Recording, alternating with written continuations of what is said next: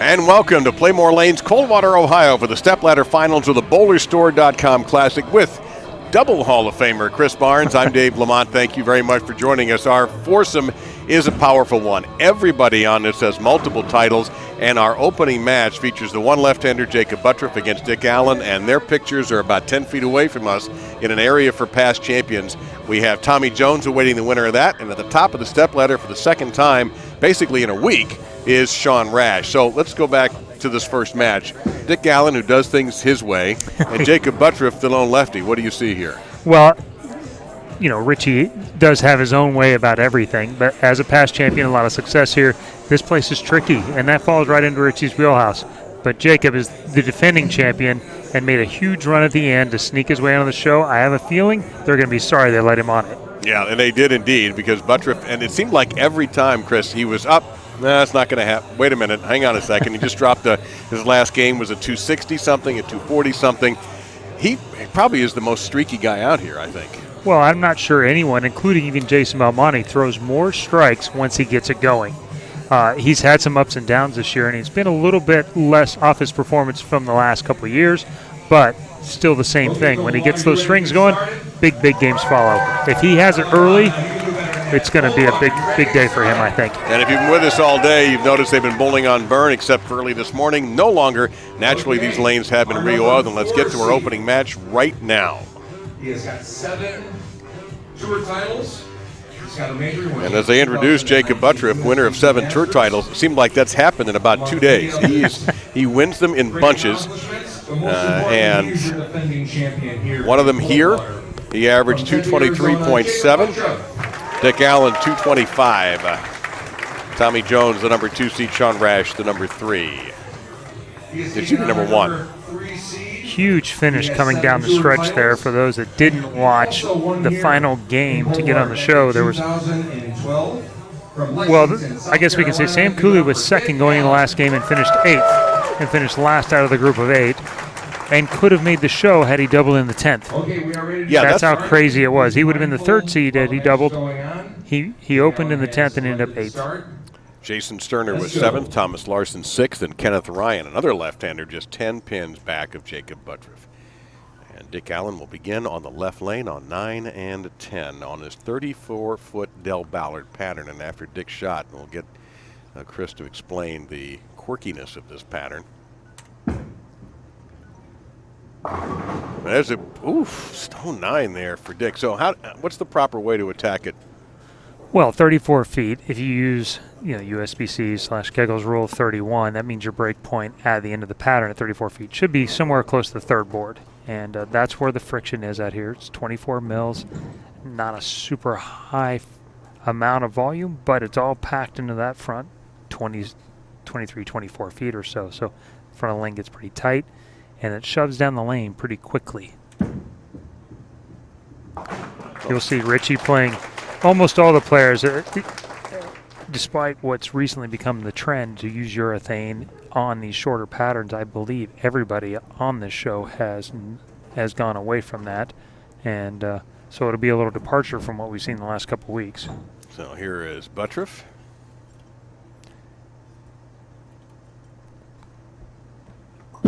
And this is our exception to the urethane rule. Yeah, man, he will leave a 6-pin as that shot went through the face just a little bit. It looked like the surface there was pretty fresh. I'm guessing they probably re-hit it again right at the end of practice, and it did overhook slightly. Fortunate there to leave just the 4-pin. But to your point about his ability to string tons of strikes together, he's 25 years old, and he already has 17 PBA 300 games. Has 7 titles already. And just a bucket full of regionals. Oh, yeah. Yeah, if you look at his 2019, he has cashed in 19 events and won the Lubbock Sports Shootout, defeating Stu Williams. He's had an exceptional year, actually. He's second in points. Hasn't translated maybe into as many wins as he would like with all the opportunities, but he is creating opportunities at a rapid pace. won the Oklahoma Open, was second in the Hall of Fame Classic to start January, second in the World Series World Championship, won the Masters, ninth in the playoffs, second in Japan, was a runner-up on PBA League, second in the PBA Tour Finals, and 12th in Chesapeake, struggled in Wilmington, and now here he is after a little time off. Tricky 2-4-7, handles that okay. Yeah. As someone with a bit of experience in the second place category, the disappointments are magnified tremendously, but they do still pay the bills.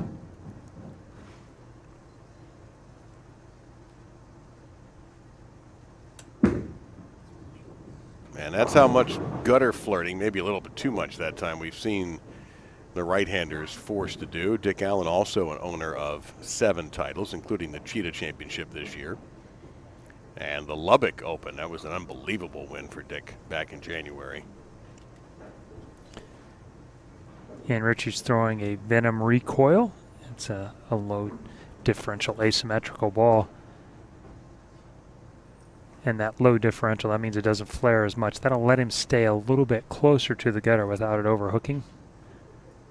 The trick for all the right-handers, and I can't speak for what it is on the left, but the right lane will be considerably tighter than the left lane. I had it probably, I had it 2 to sometimes 3 tighter. And it's really all on the gutter, and it will make it will put 0 into play. Well, I was stunned by the number of gutter balls I did see yesterday and today. And a trip on the 10 for Dick Allen, first strike of the match. Well, Coldwater has a storied reputation as being a difficult bowling center and a place where the cut is rarely over plus. It seems there was a concerted effort to change that trend this year, and even so, this is a pattern that many times we would have had somebody probably be 400 over, and the cut was still at less than 110 over, where the cut is normally somewhere closer to 200 to 220. Have not seen many messengers here. We got one there for Butruff. Said this place, the kickbacks were reinforced sometime back around never.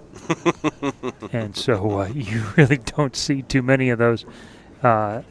Few and far between, considering what happens on a pretty regular basis these days and the power that all the players have. Yeah, the final overage for Sean Rash was 473, Jones 439, Dick Allen 430, and Butruff 404.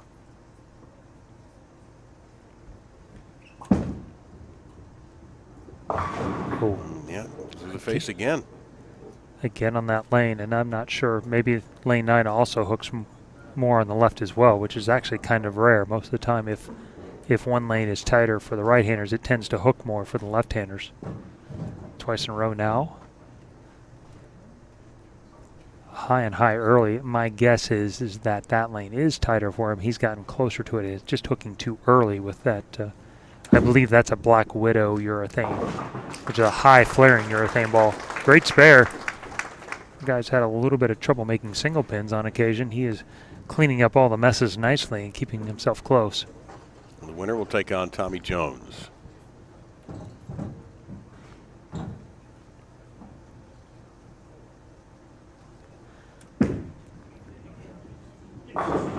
That's a great angle for Allen. And the first double of the match. Such a cagey player. This is a perfect environment where you have to make a lot of moves, have a lot of touch, a lot of feel, and that is, where Richie has built his game on over the years. And no, I don't call him Dick. I've known him. He's right. Richie for the first 20 years I knew him. Well, as Randy Peterson likes to call him, the artist formerly known as Richie Allen, now known as Dick Allen. But you're welcome to call him Richie. I'm sure he's not going to be too upset about it. I mean, ironically, when he was Richie, sometimes I did call him. And there's almost a triple for Dick Allen, and he almost took out a ball return as well. Wow. The wraparound on that 10, unfortunate break. Here's the one thing you didn't see a ton of was a lot of ringing 10s. Flat 10s are very prevalent, almost to another era per se of, you know, when plastic and urethane balls, it was easy to flat 10 here, but not a ton of ringing 10s. That was his best shot of the match.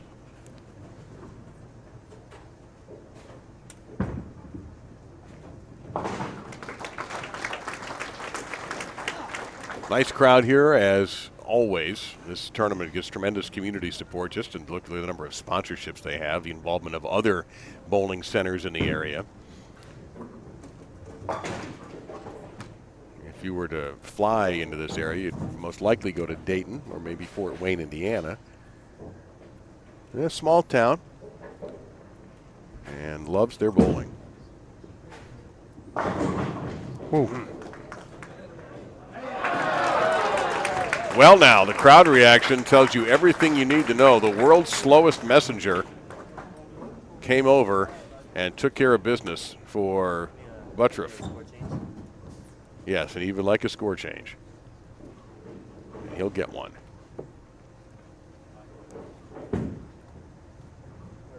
Here in the distance, Tommy Jones practicing a few feet in front of us. That messenger was on my pace. That was... That took a while. Wow. Well, it's funny, we were watching him, and he didn't really react. It was until the crowd got involved that we realized that we had a strike there. I'm not sure what got across, though. It didn't appear to be anything even on the deck. Well, the hashtag Coldwatered has become popular in the last 24 hours. This time it was a good Coldwatered. And a lot of 7-10s I've seen as well. Nearly had one there. Yeah, easy to do. You have so much on the short pattern. You can get behind it, and you have to use enough surface to make sure it comes off the gutter, because the gutter doesn't automatically hook or bounce like it does a lot of times on this 34-foot pattern. Ball gets a little lazy through them. Well, the giveth and taketh away line seems appropriate here after that messenger that came out of nowhere, and a bit of an opening here for Allen.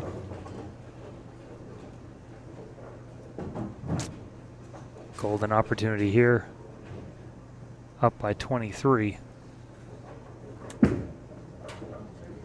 Man, the flirtation with the gutter, and now he gives it right back. Wow. Just gets it to the gutter much earlier, right off the second board. A little more side rotation that time, which is the natural inclination on that tighter lane, but once you actually get it all the way to the friction, which seems to be a couple of boards further right on that lane, then it bounced. Well, now we can clearly state there is a 9-pin difference between the two. Even I can figure out who's in the lead here, and frames 7 through 10 will determine this. That's why they pay you the big money. I'm waiting.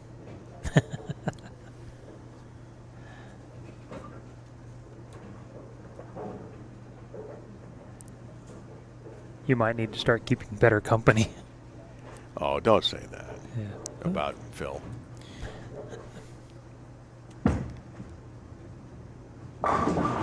Oh. Man, I can't believe that.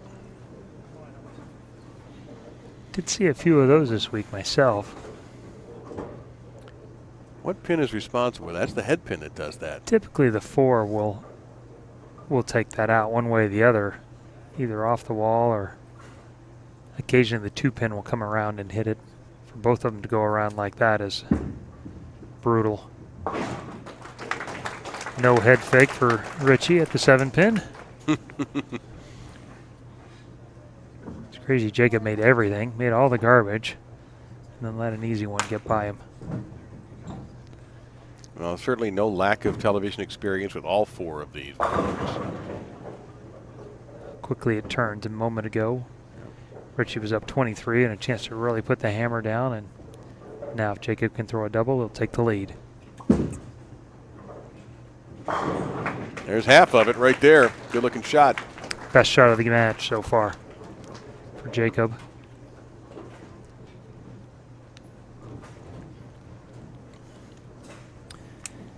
You know, you were talking about Coldwater and how many people come here and continue to come here despite its lack of proximity to a lot of locales. And I found really no matter where you're at in the world, it's really the people that make the place. And if there's a place that signifies or embodies that, it is Coldwater. The people here, not just in the bowling center, but everywhere around this town, have been so nice. That's inside a target. That's that same lane, isn't it, that's given him some trouble? Every shot's been high except for the 7-pin last frame over there. What's the adjustment? Well, it looked like he moved in a little bit, but this is just inside a target. He's trying to get it out to, you know, as far right or left as 1, and no further in than probably 4, and that was way closer to 6. So that's just in the air.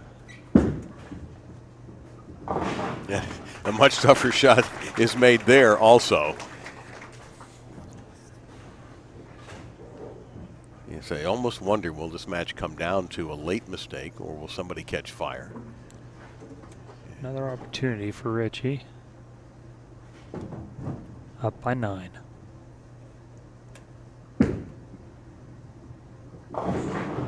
Oh. And this is just the opposite, where last time he got it to the right too quickly. He got it in and long, so it still got down the lane to the right, but he caught that hang, and it just pushed forward for the 2A10, and now that really turns this into a mess. I think if I remember right, the stats I saw on this is about a 0.1% chance of it being made. It's somewhere slim and none. Yeah. I mean, he might be able to throw a backup ball, but I don't think he will in this situation because so many count. I mean, Jakob's got 7 so many times already. In a normal situation, Jakob's like 9 or strike, and that's where you come into play there. You think, well, I'll go ahead and take a chance at making it because 5 pins and count means nothing. And Butruff will be finishing on that left lane. He will be.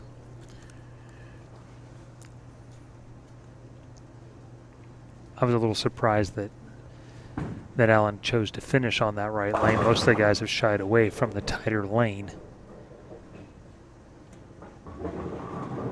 Took a re-rack. Has a little conversation with himself. The question is he listening? A couple lefties in the background sitting right in front of us, actually. Ryan Simonelli and Parker Bone III. Is that required that left-handers only speak to left-handers down here? Sometimes it's the only people that speak to them. Great recovery. Great shot there. Richie, one of the most clutch guys over the history of Tour.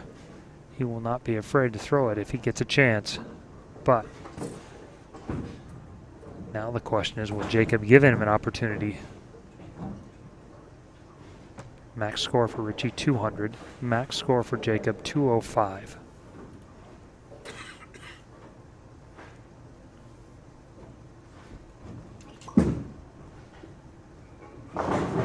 Wow. Ooh. Mixed them up.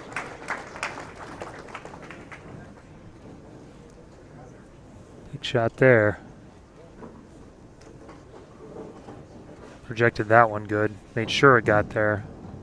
Said he... kind of a key is you can get some pin action. It's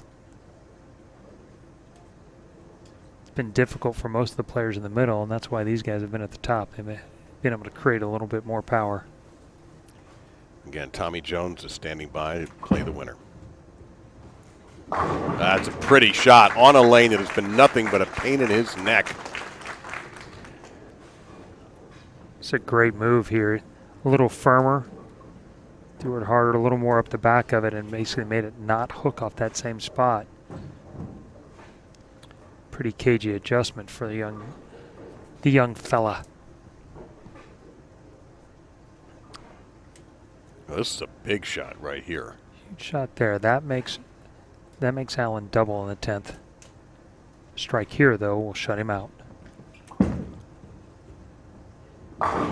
Ooh. Wow, when he really desperately needed it, Jakob Butruff comes up with 2 gigantic strikes.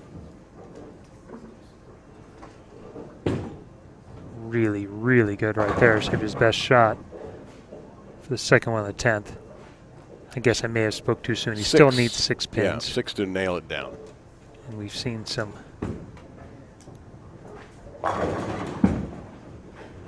That did not get nearly as close to the gutter, and the bad news for everybody else coming is it seems he's figured out his tough lane.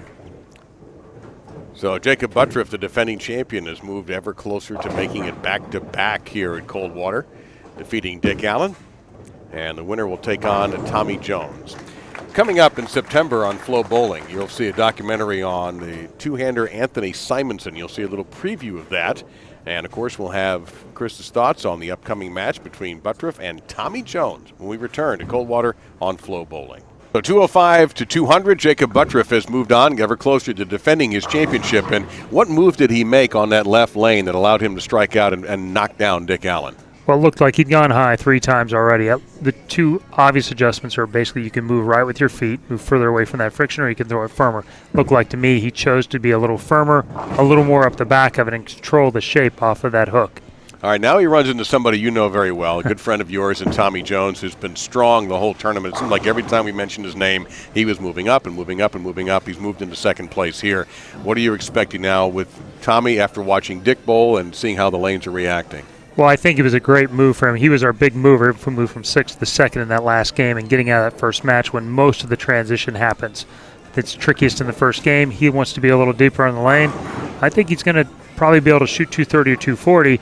Whether that's enough against Jakob remains to be seen. Yeah, if he carries over Butruff what he finished with, you're right. This could be all over no matter what. Sean Rash is awaiting the winner. Let's get to our match right now between number 4 and number 2.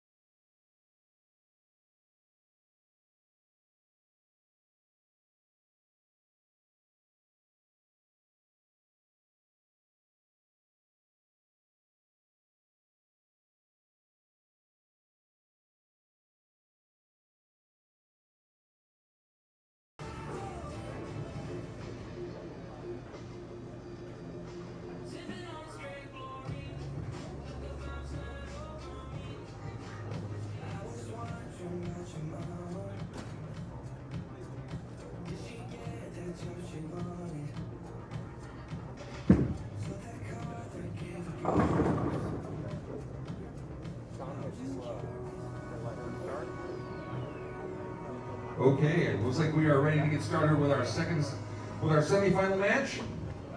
Jakob Butruff will go on to face our number 2 seed. He has 18 national titles, including 2 majors, 11-time Team USA member from Simpsonville, South Carolina. Give it up for Tommy Jones. And away we go with our second match with Sean Rash standing by to take on the winner with Chris Barnes, Dave Lamont, and our Flow crew. And for TJ, last time in the winner's circle on the PBA tour would have been 2016. He does have 2 major championships. This guy is your reigning USBC Masters champ, Jakob Butruff. Starts on that lane that he struck out on and trips away to 610. Well, certainly better than leaving the 247. Didn't get it out quite as far as he wanted to. The fact that it held is probably good news for him. TJ opting to finish on that left lane. Looks like he's gone with the choice solid. Ball he's thrown for the most part all the way through.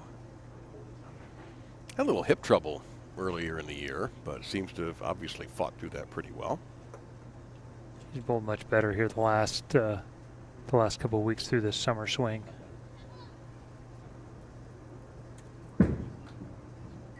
Oof. Ooh, crossed over. Saw several players go Brooklyn over the last 24 hours. Well, especially on the fresh, until the pattern stretches a little bit, and without any of the right-handers throwing urethane, there won't be as much hold, generally speaking. Owner of 18 championships dating back to 2004, and 2 majors, the U.S. Open and a PBA Tournament of Champions.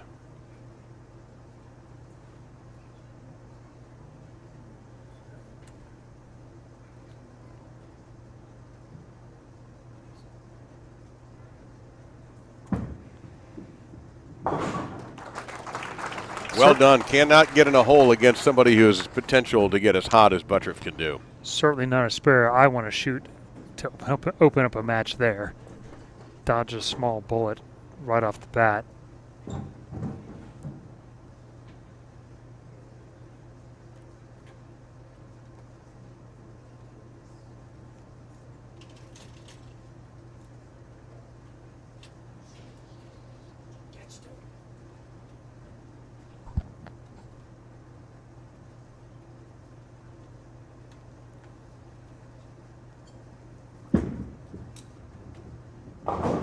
And the adjustment a little bit wide right and a little bit light in the pocket. Well, I think what a lot of this is making sure the shot gets to the right, and sometimes when you force it over there, you don't catch it at the bottom the same way. Missed it just a little bit at the bottom. Fortunate to leave just the 2-pin. Tommy's best finish this year on tour, other than PBA League. This year at the Roth-Holman doubles, he was 12th for the TFC and the Players. He was 13th. And in Wilmington, he was 14th. So literally couldn't have had his best finish this year without me. That is absolutely correct. I'm sorry to say that for him. That wasn't a great week for us. Well, now we'll see if Jacob can pick up where he left off, where he had pretty good control on this right lane. Oof. And he'll walk away with that, okay, all right, I understand. Thank you for not punishing me kind of look. Very fortunate. That looked, again, way up the lane. And just watching by his body reactions, body language there, that had a better chance of going Brooklyn than it did hitting the pocket when he let it go.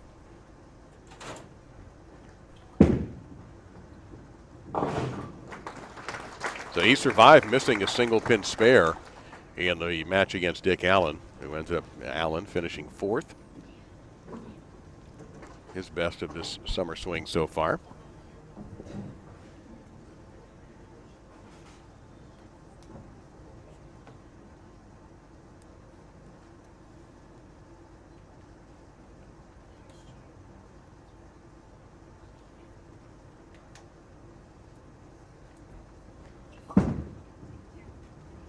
Well, the left lane he suddenly owns.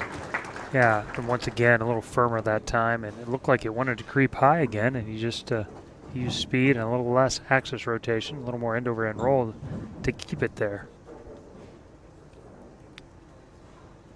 The hallmark of Tommy's TV career has been very quick starts, and where he puts a lot of pressure on early, puts a ton of early strikes, and is able to be very aggressive. Doesn't seem to be that comfortable yet, so.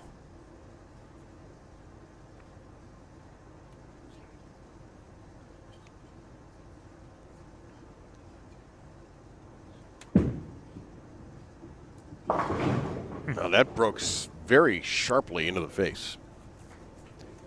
Just a little surprised by that one.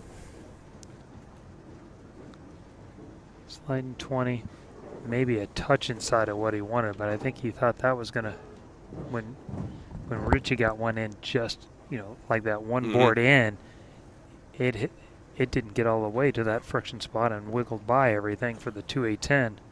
Ultimately cost him the game. All right, Pins paid their price for getting in the way. Pretty even match here in the early going with Sean Rash, the #1 seed, standing by.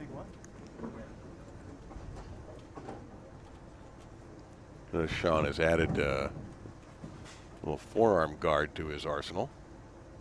We're going to see a ball change. I believe it's still going to be a choice solid, but it's going to be a different one here.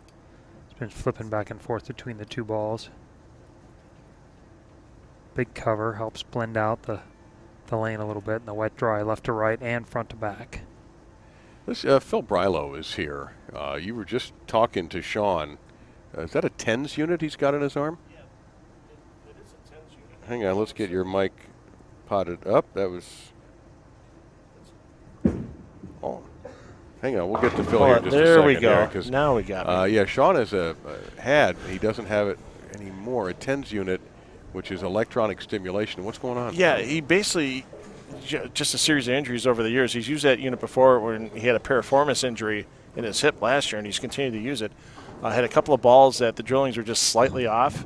He's used in the last couple of events, and he felt it today during practice before they're on 8. He felt something kind of pull and twinge a little bit. He's just making sure with that TENS unit, the blood's circulating, the blood flows a little bit, the muscles contract and expand and keep things going and keeps them loose for getting into that championship match. It's nothing major. It's just 6 years of nagging injuries out here on the PBA Tour. Everybody's got them. Yeah, he just took device and got down on the floor and ran that device down his back with his body.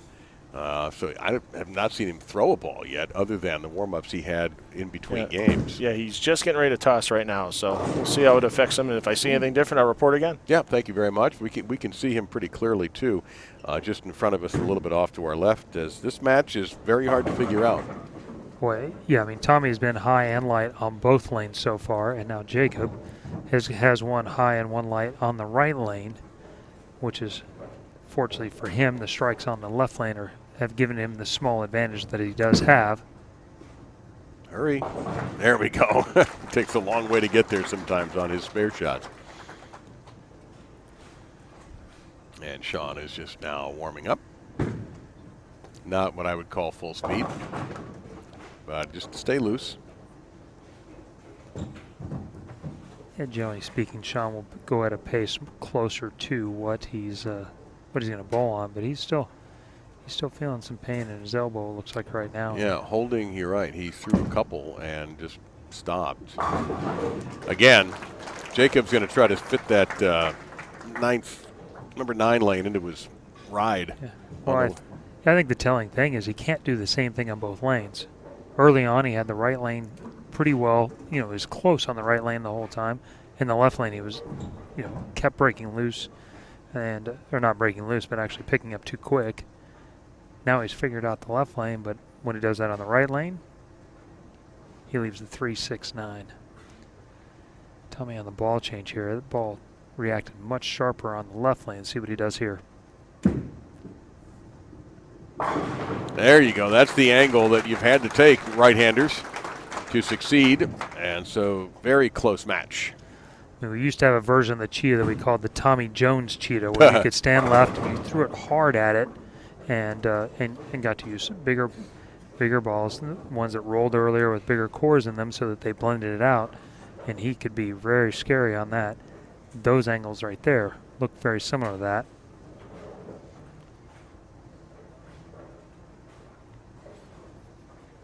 Middle of August.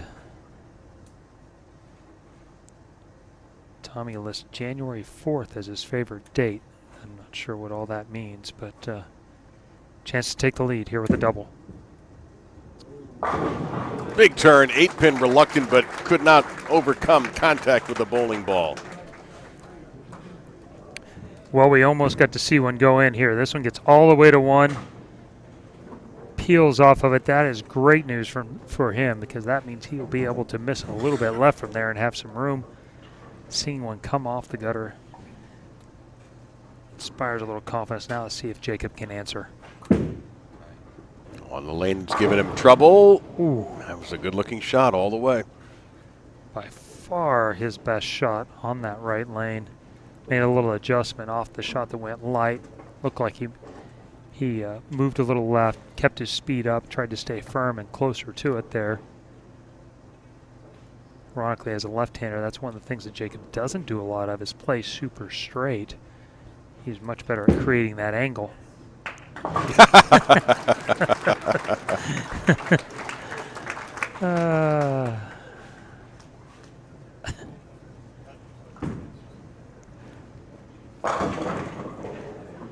It does get in your head after a while. Absolutely. He's had some very public misses, and strings like that will happen when you make as many shows as he does. His real life will end up playing itself out on TV. A little soft. Messenger is going to drop in the channels, leaving him a 7-pin again. That was almost like he moved right there. Huh. Speed-wise, it wasn't as firm, and actually came in light.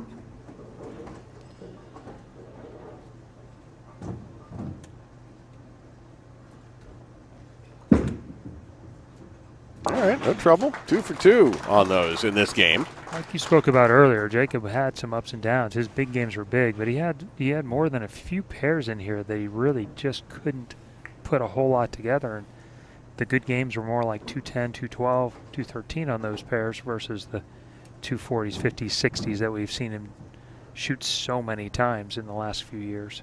You're watching the PBA's BowlerStore.com Classic presented by Moxy's, and all part of the summer swing. Of course, the big conclusion to that is coming up with 3 tournaments in Aurora, Illinois, 2 animal patterns, and the Illinois Open. The Illinois Open will feature triple USBC points. Left to target. Hey, you mentioned Butruff. I'm going to look up his scores, and we'll talk about it when he comes back. Yeah. Crossed 13, almost 14 at the arrows. He was trying to get it to cross around 11. He may not want to get it all the way to 1 on that right lane, but he's trying to get it to 2, 3, and that was way closer to 6. And that's what happens in the front of the lane here. Because it's such a short pattern, when you miss a little bit left, the miss gets magnified pretty quickly. But as you would figure, for a guy with many titles, 18 of them, Tommy Jones picks up that 310. Makes it like it's his job. Because it is in this case. If he wants that 19th title, he better make it. As a longtime friend of Tommy's, I'm cheering for him to win too, you know, internally, of course. As someone with one more title than Tommy has. Ooh. We'll see what happens here. Right now, the lead is 5. So much like the last game, came down to the 10th frame where Butruff locked out Dick Allen.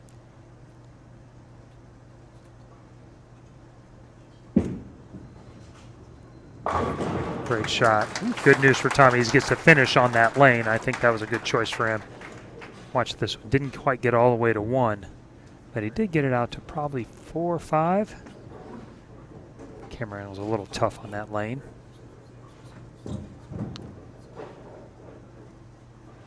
See the difference in angles between the two players.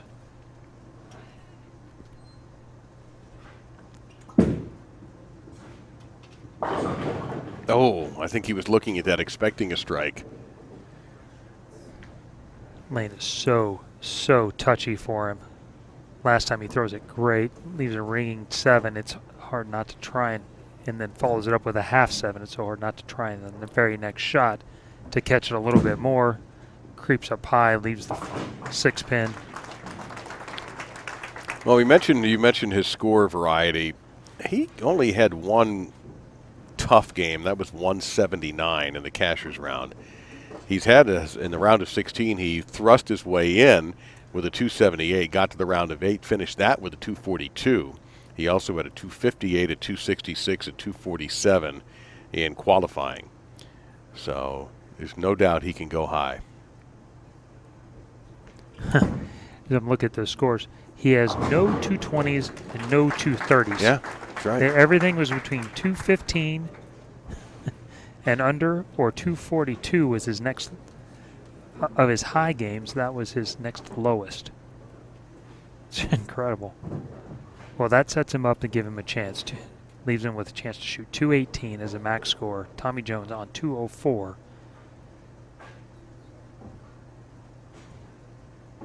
Huge strike there, because what it really does is it forces Tommy to throw a strike here to have control of his own destiny.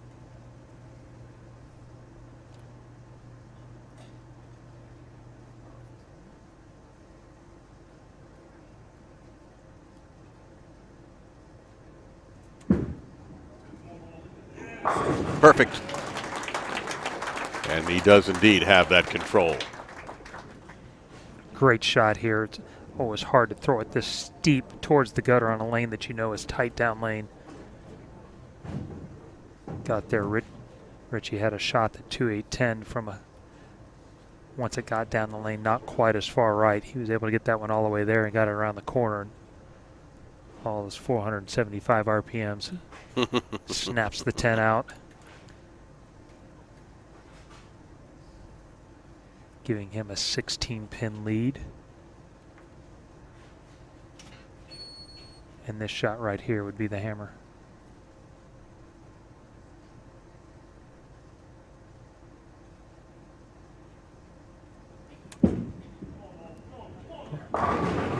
Oh, that 7-pin almost stiffed him.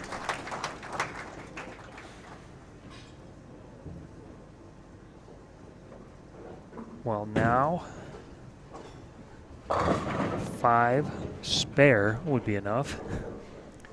You like his chances. I think he probably would like 8 here on this first ball and just wrap things up. 7 would guarantee him at least a tie.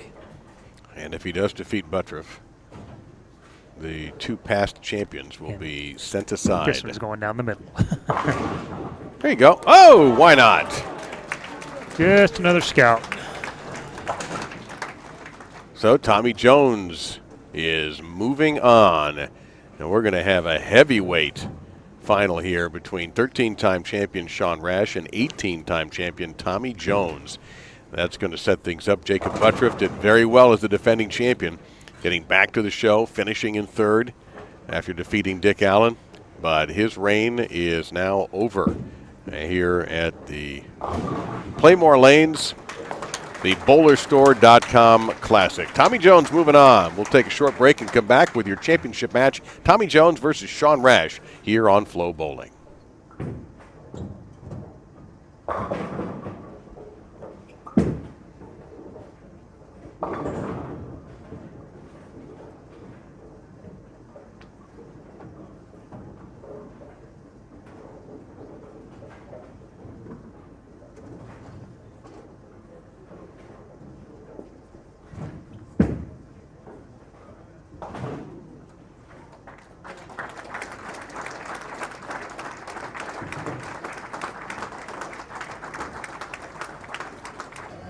Well, we have a star-studded championship match here in Coldwater, Ohio. Chris Barnes and I are about to bring you a combination of 31 PBA titles and 4 majors, 2 each for Tommy Jones, the number 2 seed, and the number 1 seed, second time on the summer swing for Sean Rash. So we got a couple of strong right-handers. Do you see much difference in the way they're going to be playing? Well, they're going to do basically the same strategy, but 2 different ways. Tommy's going to throw a duller ball from a little further left using steeper angles and letting the ball smooth it out. Sean's going to go with a shinier ball, I believe, a Hero. It's still a pretty big cover, but he's going to use his hand more up the back of it to tame out that reaction. As long as he doesn't get caught in Tommy's jet wash there going through there, he should be fine. Yeah, that's what I was about to ask. Is there one player that might affect the other more strongly? Well, I think Tommy would affect Sean if he was getting as many shots as Sean is getting right now. But Sean is the only one who gets to practice in between the games, so really he should be fine. Yeah, Tommy is practicing on an adjacent lane, but not on the championship pair, and it's about time for that championship match. So Sean Rash looking for his first singles win since 2017. He and Matt Ogle did win the doubles, and Sean actually had a great chance to win earlier this year. Unfortunately, missed a 10-pin, and then Dick Allen got one huge break and one great shot and ended up winning in Lubbock in the beginning of the year. But Sean has had a pretty solid year. He made the finals in Wilmington, and let's see what happens here against TJ. Jakob Butruff will be taking on our tournament leader.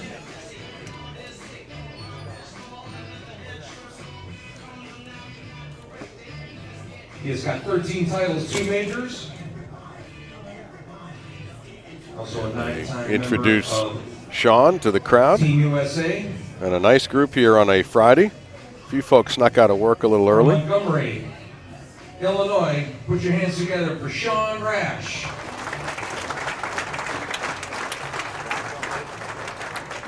So here we go. Sean, the number 1 seed. Conversation. Well, if you're going to listen for some advice, that's not a bad idea to go to Parker Bone III for a quick conversation.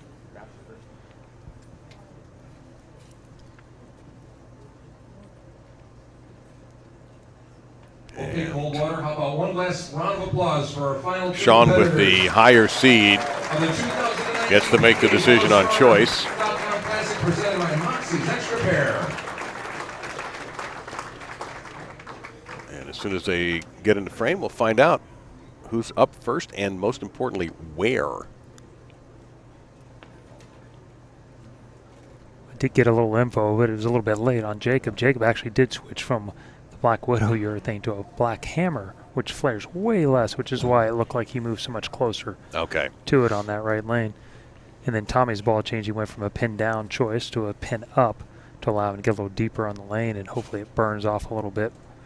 Allow him to get a little closer to the gutter and miss some of that early hook in the middle of the lane. So Sean will go first. One last thought as he goes for title number 14. Tommy going for number 19.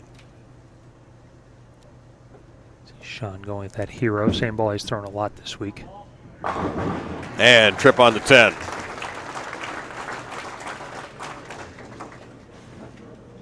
You'll see Sean go way more end over end roll. He'll have to get it to that friction to get back through the pins. The shots he misses in might not go high, but they'll have a lot less angle. He'll have to get shakers and get the head pin back off the wall to get carry.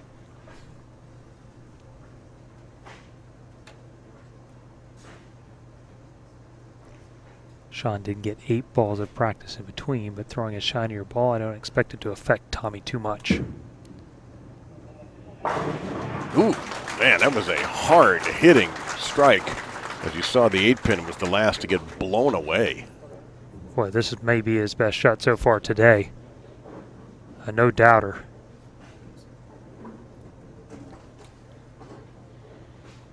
So both players striking in the first frame. First match saw Jakob Butruff defeat Dick Allen, 205 to 200. Then Tommy Jones beat Butruff. Ends up in 3rd place.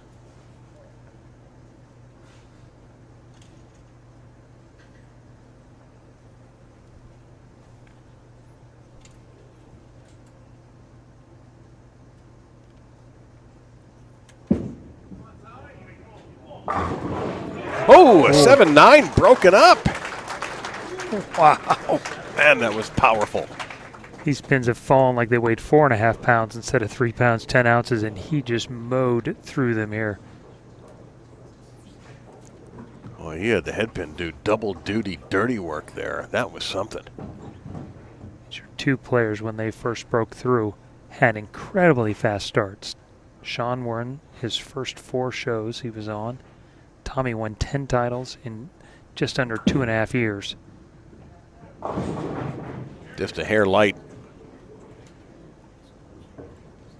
And that's the one advantage I think Tommy had, being end over end. If he doesn't get it all the way to it, he got it there a little bit late, it didn't make it up the hill.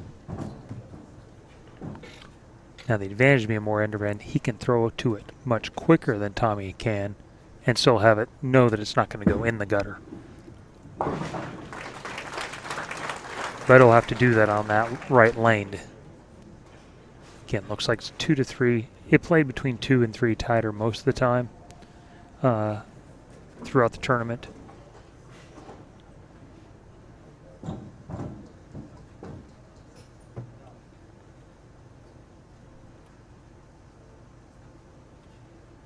This tournament began yesterday. That's the characteristics of some of these summer swing events. Everything happens very quickly, very intense. Great turn there for Sean as he sweeps away trouble on the lane number 9. Really good pitch here, and you can see where he got out a little bit further and got there a little sooner, which is the biggest key, is getting to that spot sooner. Able to snap the 10 out.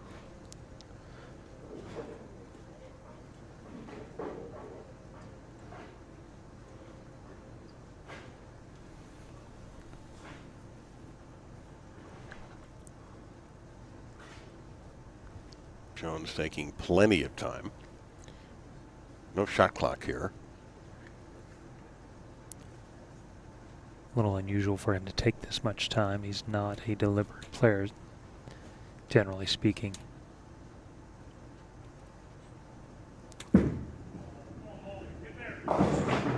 Oh my!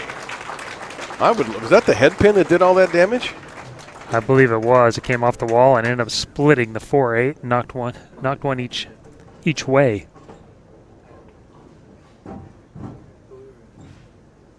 So triple for Jones to start.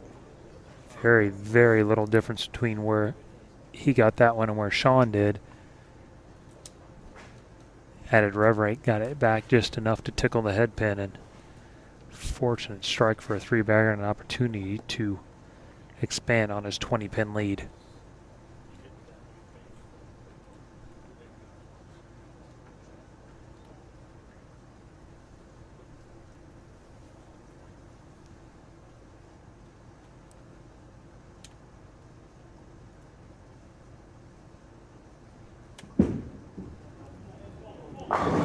Four for 4. And nobody's being cold watered at the moment, except the pins. Really good shot there. Maybe the biggest surprise for Tommy is that it didn't get all the way back to flush. So I'm assuming after the 7-9 he probably moved an extra board, at least, as is his habit to. Mm-hmm.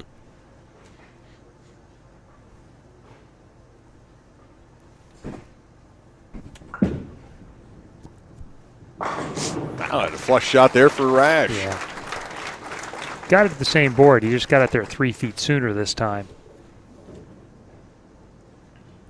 Got there quicker, came off of it, got all the way around the corner, and that's a perfect shot. And he's being forced to be as close to perfect as he can with the way Jones has started with the front 4. Fierce competitors, these two. Started pretty close to the same time on tour. Tommy just a couple of years before him. Yep, Sean 37, Tommy 40.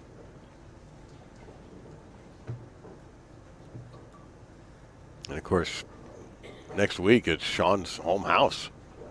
Parkside Lanes in Aurora, Illinois will be hosting 3 events.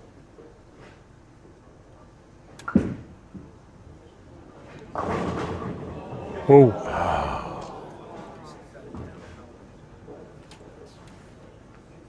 Really aggressive shot here. He's firm, but he's been firm the whole time. He got it all the way to it, which normally is better news for him, and that came off of it lazy and a little flat. He might have been just slightly forward with his axis rotation, but we're talking about less than probably 3 degrees or so. I mean, it's really micromanaging it, but it's how touchy this short pattern can be. 34 feet pattern, the Del Ballard pattern. Oh, he went for it all right there. We've seen one made. In fact, he made one today in a similar manner. Well, Tommy has a chance to put the hammer on him here.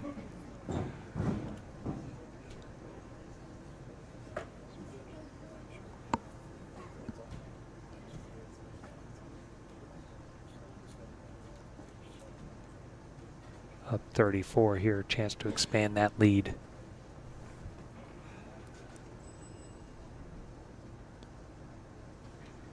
Again, deliberate in everything until he gets to the approach, and then he goes at his normal pace.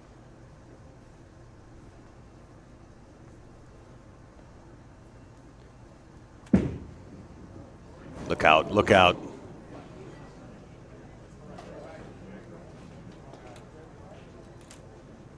It's not uncommon here at Pla-Mor to see this. Well, the commitment's fantastic. Unfortunately, in that situation, that's about the worst thing that could have possibly happened.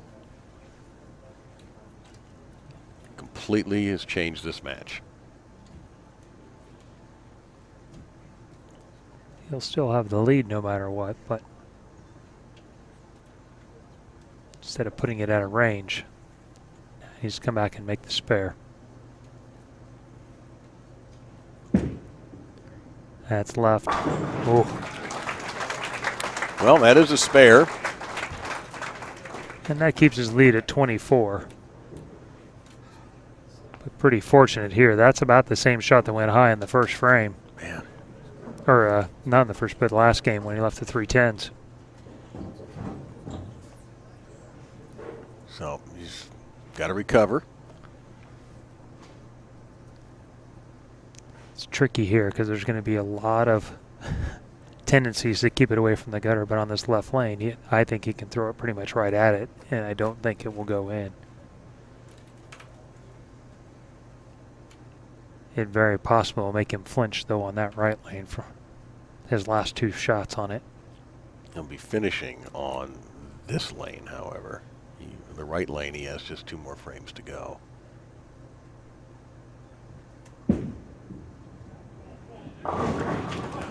Yeah, you're right. Got it all the way to it there again. It's the hallmark of how good he's throwing it is that it's super easy to just come over the top of it there. He's still getting to the spot he needs to. Now Sean's got to regroup. Terrible break there in the 5th. A corner pin was probably what he was going to leave, but the 7-10 was pretty brutal.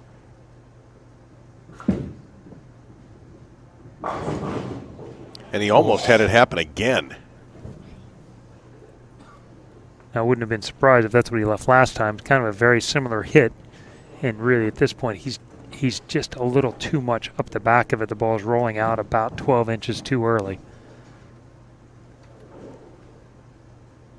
What should he do to counter that? Do you do that with equipment or with your hand? No, you do that with your hand. At this point, this is all on him. It's there's no payoff to making a gamble, switching balls in that case, and he's got several moves in his arsenal here, but he's got to add probably 5 degrees, give or take, of axis rotation to get the ball to come around the corner just a little bit more. And involved with that, he'll probably have to move his feet just a little bit. 1 to 2 is probably all.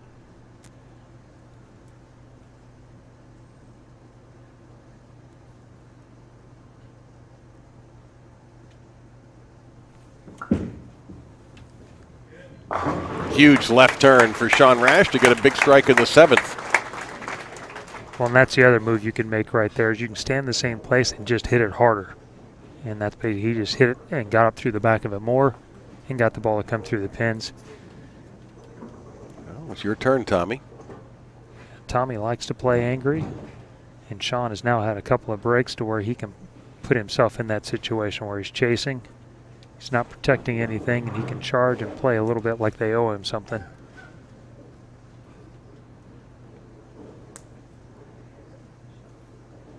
"31 titles, 4 majors between these two.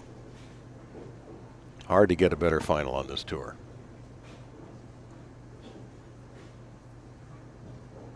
two guys that aren't necessarily going to go hang out at parties together either. So.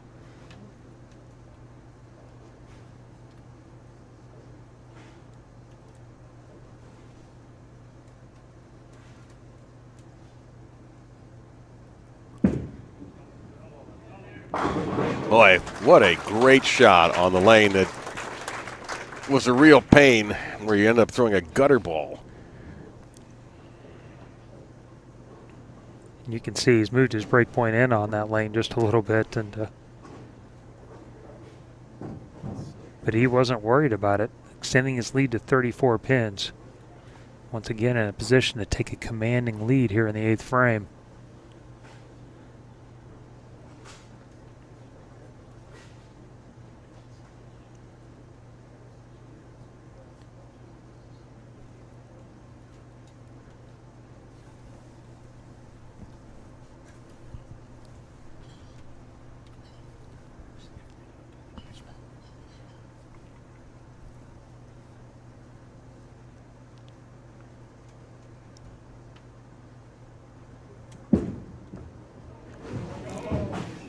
This time, the gutter on the left lane.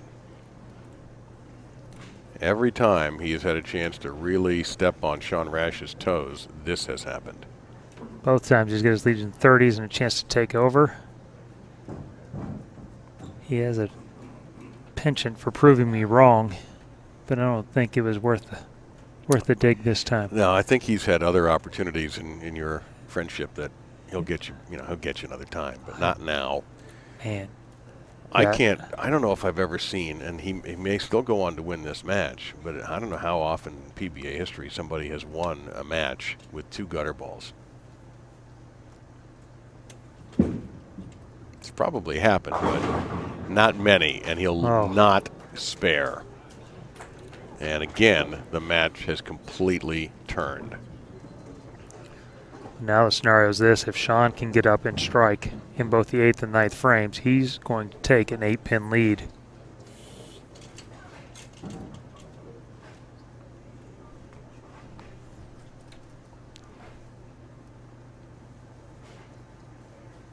First things first.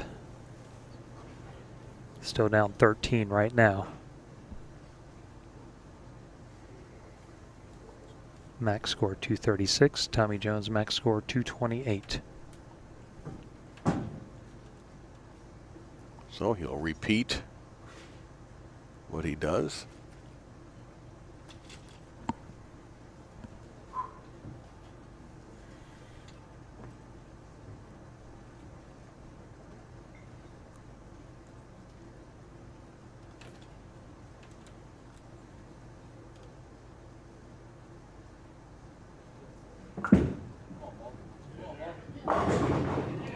No, Messenger falls behind the 10.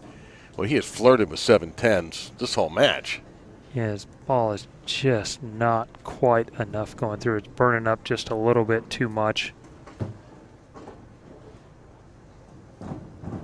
It's tricky anytime you have multiple strip and runs in a day. The lane can flatten out front to back a little bit. He's actually bowling an excellent game so far, but his ball is not going through the pins, and that's part of the deal. It's not just execution; it's executing the right plan. So now his max is 216. Tommy can strike out for 228. But he is on a 208 pace, so a strike here will force Tommy to double somewhere.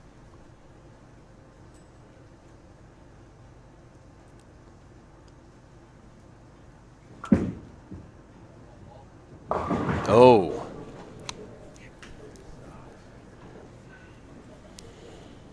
Worst shot of the game for him. This is inside a target the whole way, and body language tells it all.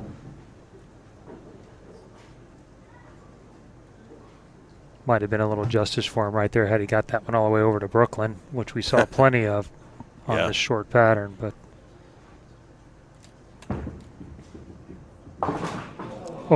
my goodness, what a strange match this has turned into here. Well, and he's just about gift wrapped this now. Max of 193 all of a sudden for Sean.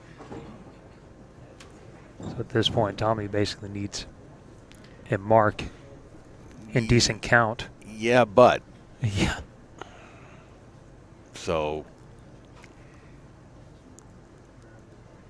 it seems like Pla-Mor Lanes always wins in the end.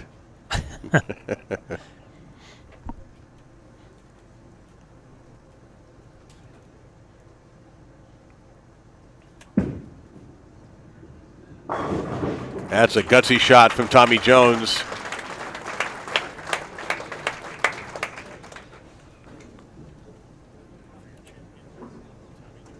Now he needs 8 in 2 shots. Down the middle? Or is that dangerous because that could end up giving you something really bad? In 2 shots, I just don't think it'll be getting very far right. It won't be. Right. He'll move his eyes in just a touch, but on this lane in general, it hasn't been that much of an issue.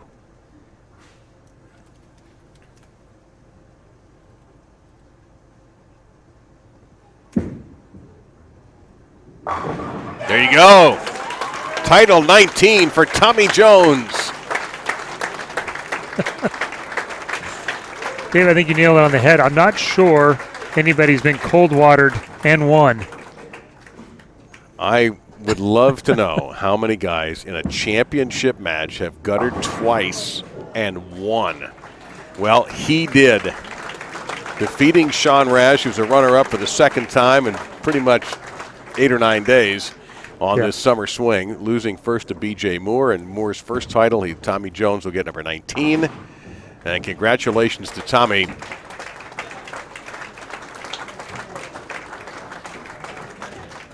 Wow, that was absolutely unbelievable. Tommy with a 215. So many twists and turns, so many good shots and strikes, and yet so much. Well. And the icing. Yeah, one last little cold water for you there. One little splash of the fragrance we call cold water. To be fair, if you're going to have that happen, that's probably as good a spot as any. Yeah. When it actually doesn't matter. But well, a big win for Tommy Jones, number 19. Yeah, congratulations. Sean heads home to his home house. See if he brings it up in the interview. I'm not going to say anything. We're going to hear from the champion here in just a moment. First off, congratulations to all of our Stepladder finalists. Sean, did you step out for a sec? Is Sean here? Okay, come on here, man. Come over and let the fans shower you with some of the love that you deserve. Sean Rash, everybody, your runner-up.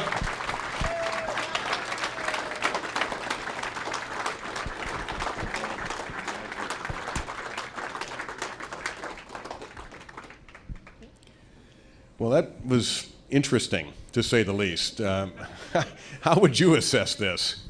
Well, I lost, so it wasn't interesting. No, I mean, Tommy bowled a good game besides a couple shots. I bowled a good game, left another 7-10, so thanks, Coldwater. Yeah,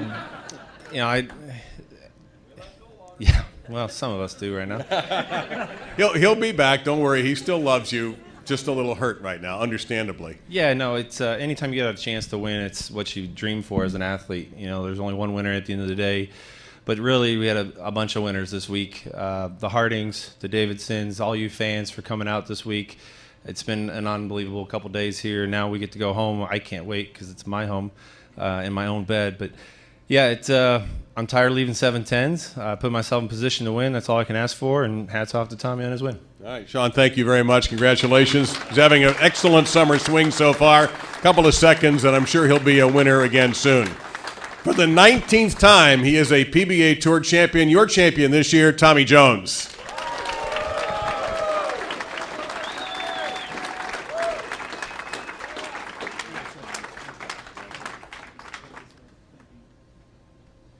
All right, I don't think the research department has figured this out yet, but a couple of... I'm the first. You're the first to throw 2 gutters in a title match and win? I have to be. I mean, I don't think anybody's dumb enough to throw it again the second time.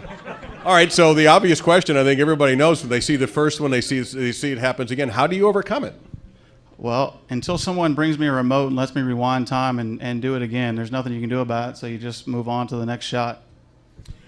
What worked in this little 48-hour period that we just had here? Because every time we talked about you on FloBowling, it seemed like you were going up the ladder and bowling great games almost all the time. Obviously a great game here against a quality opponent. What was so good for you this couple of days? Well, I like to throw it hard, so we got to throw it hard this week, which is a good thing. Came in with the Coldwater mindset they were going to be really hard, and they became a little bit easier than maybe what we expected. But I think the mindset was right to come in here and be ready to make really quality shots. Well, congratulations, Tommy. Again, your champion, Tommy Jones, 19th PBA Tour title. He gets a lovely check. He gets a big trophy.